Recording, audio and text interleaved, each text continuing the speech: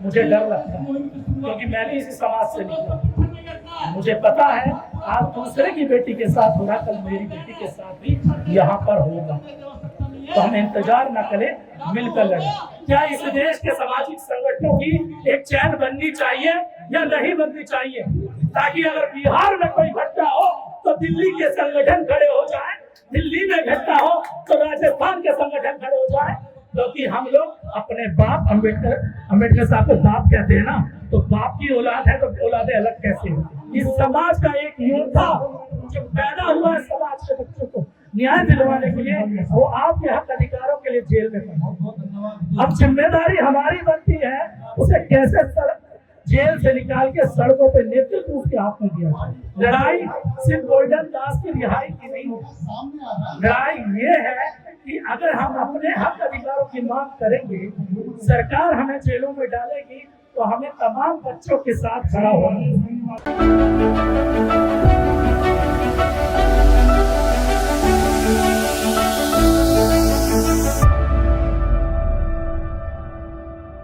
लड़ाई किसी एक जाति की नहीं है, लड़ाई है बहुजन समाज की बेटियों के मान सम्मान और स्वाभिमान की। इस बात को हमें समझना होगा, क्योंकि गोल्डन दास जैसे हमारे जो नए युवा नेता हैं वो पैदा हो रहे हैं। वो पैदा क्यों हो रहे हैं?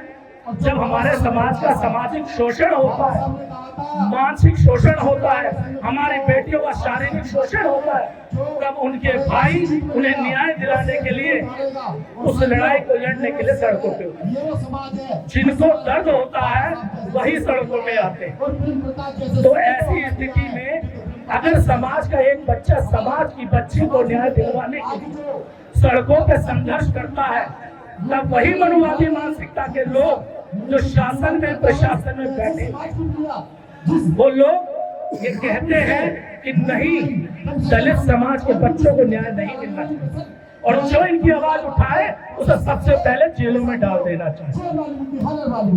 इसके खिलाफ आवाज उठनी चाहिए। आज गोल्डन दास किया है, इतिहास गवाह है, इससे पहले सैकड़ों हजारों लाखों बच्चे हमारे जेलों में गए हैं इसी कारण। अगर हम लोग शांत हो जाएंगे तो शायद हम अपने हक अधिकार को मांगने के लिए लड़ाई सिर्फ गोल्डन दास की रिहाई की नहीं है, लड़ाई ये है कि अगर हम अपने हक अधिकारों की मांग करेंगे, सरकार हमें जेलों में डालेगी, तो हमें तमाम बच्चों के साथ खड़ा होना, चाहे वो बहुजन मीडिया हो। मैं तहे दिल से धन्यवाद दूंगा। मैं कहूँगा कि इस मुहिम को दिल्ली की सड़कों में लाने के लिए बहुजन मीडिया हब ने शुरुआत की। जो बिहार की लड़ाई थी, जो बिहार में फैली हुई थी, लोगों को ये नहीं पता था, अदर स्टेट के उन्हें ये तो पता था कि गोल्डन दास लड़ाई लड़ रहा है, लेकिन उन्हें ये नहीं पता था गिरफ्तार हो चुका है। उन लोगों को ये बताने का कि हाँ, इस समाज का एक योद्धा जो पैदा हुआ है समाज के बच्चों को न्याय दिलवाने के लिए, वो आपके हक अधिकारों के लिए जेल में पड़ा। अब जिम्मेदारी हमारी बनती है उसे कैसे जेल से निकाल के सड़कों पे नेतृत्व उसके हाथ में दिया जाए, ये जरूरत है। हम जब बात करते हैं आंकड़ों के बाद बहुत कम लोग बोलते हैं, भाषा का बाइक मिल जाए आधे घंटे हम लोग बोलते हैं, लेकिन सवाल ये बनता है बिहार के अंदर सबसे ज्यादा जागृति हुआ हमारा है। जब भी बहुजन समाज की कोई लड़ाई होती है, सबसे पहले बिहार खड़ा होता है। उसी बिहार में जहाँ पे एट्रोसिटी के केस 5000 के आसपास होते थे, आज 7000 पर आ चुका है। 6730 के आसपास में केस रजिस्टर्ड होते हैं, और जबकि पता है 10 से 20% केस ही एट्रोसिटी के कोर्ट में जाते हैं। तो क्या हम लोगों को उन बच्चों को न्याय दिलाने के लिए खड़ा होना होगा? अभी वकील साहब आए, उन्होंने भी कहा कि समाज में बहुत सारे वकील हैं, आपका भी एक संगठन है, हमारा भी अपना संगठन है, सभी लोगों का संगठन। मैं चाहूँगा आवाज थोड़ी कम कर दीजिए।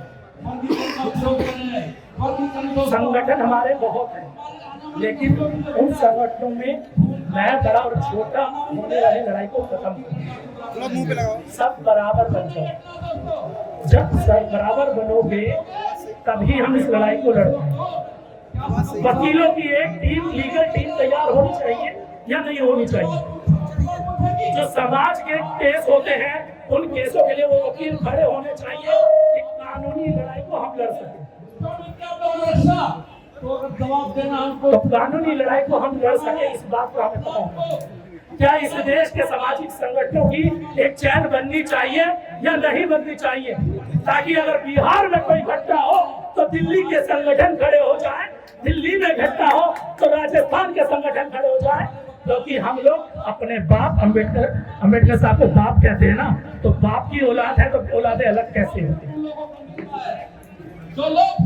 जब बात न्याय की बात है तो हम अलग अलग कैसे लड़ रहे हैं। दो संगठनों की चैन बननी चाहिए, मैं आपके माध्यम से कहना चाहूँगा। वकीलों की एक पूरी टीम बननी चाहिए ताकि समाज में कोई भी घटना हो वो वकील जाके समाज का प्रतिनिधित्व करके वहाँ पे समाज के बच्चों को न्याय दिलाए। साथ ही जब भी एट्रोसिटी के मामले आए तो इंतजार मत कीजिए कि कब मेरा नंबर आएगा, सबसे पहले खड़े हो। मैं खुद 3 बेटियों का बाप हूं। मुझे डर लगता है क्योंकि मैं भी इसी समाज से निकला। मुझे पता है आज दूसरे की बेटी के साथ हो रहा, कल मेरी बेटी के साथ भी यहाँ पर होगा। तो हम इंतजार न करें, मिलकर लड़ें। और याद रखिएगा, मैं अंत में कुछ बातें कह के आपके साथ जैसे बोलना चाहूंगा। और आप साथियों को मैं एक बात कहूंगा, अगर ये चैन बनाते हैं सामाजिक संगठनों की तो कोई संगठन साथ में आएगा है दिल्ली से, हमारी टीम सबसे पहले आपके साथ है।